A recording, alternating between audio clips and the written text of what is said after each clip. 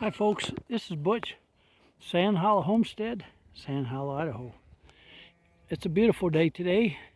It's going to be up in the high 50s, which means everybody's out there, some people in t-shirts.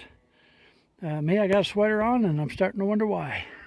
Because when you're working, you sweat. What I'm in the process of doing is planting more fruit trees. Now these two first trees here are peach trees. One of them was split by the wind, but it's holding in there. And then this one here is a nectarine, and I got one more nectarine there. So I'll have two nectarines, two peaches, and then the last one is a apricot. And then the one over there is a plum tree. And then the following one down at the end is a cherry tree, which I need to do some trimming on. And then I got a whole bunch of branches that, when I trimmed it up for this year so that the wind wouldn't break things up so bad. Yeah, it's not doing so good. Not doing so good. There's a little bitty tree way up above, and it just didn't make it. And what I'm seeing is when you pay $17 for a tree, $20 for a tree, you're getting that much of value, not much. And you're going, well, they grew at 6 feet, 7 feet tall. Isn't it good? Well, it's all about the roots, the root ball, the root system. And when they dug them up and transplanted them, they didn't do it right. And they have damaged a lot of the roots. And when I looked at the roots on the bottom of the tree that I just planted, there wasn't a lot of roots left. So, what's the chances of that growing? Well, we'll find out. But I am digging a pretty good hole. It's going down about 2 feet. Now I got to clean this one out. And I've been using that auger so I can really get down in there.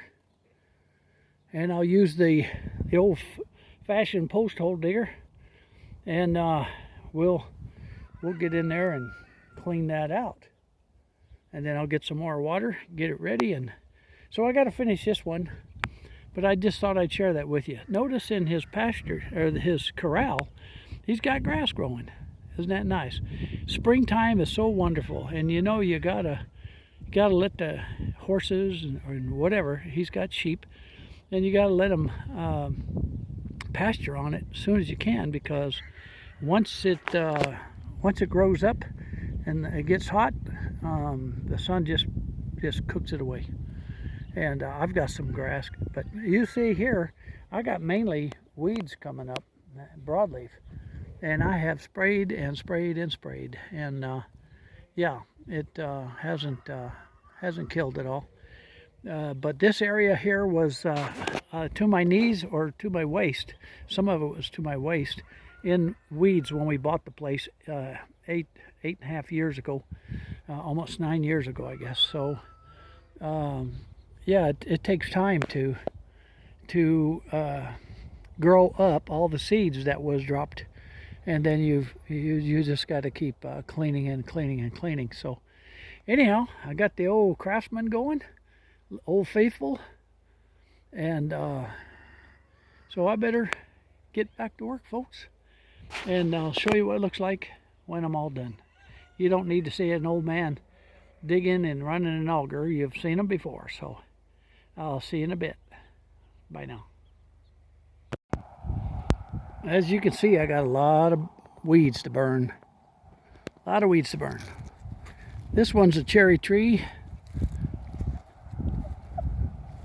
Next one's a plum tree.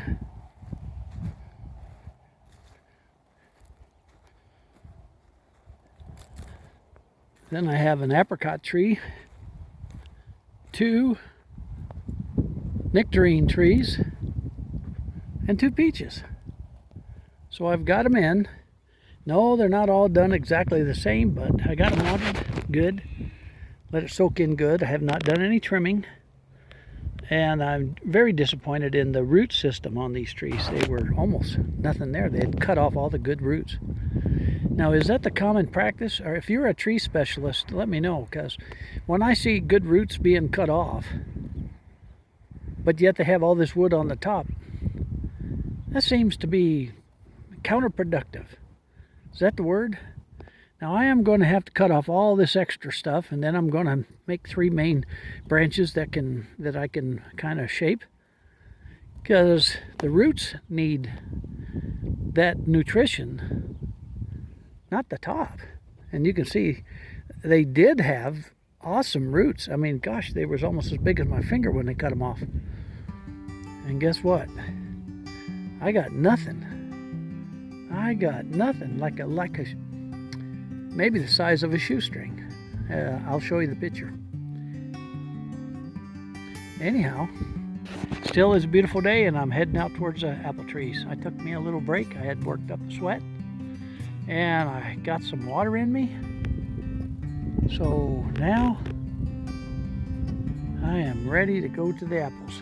Folks, you have a good day. If you're getting a day like this, I think it's going to be 64 degrees today, and 64 here in Idaho. Man, that's wonderful. That's working temperature, because you know, you don't sweat as bad as 90, right? The wind is picking up a little, not bad. Maybe it'll evaporate the sweat off my brow. So, folks, hey, lots of food in the pantry. We'll see you at supper time. Oh, and by the way, somebody's bought that land over there.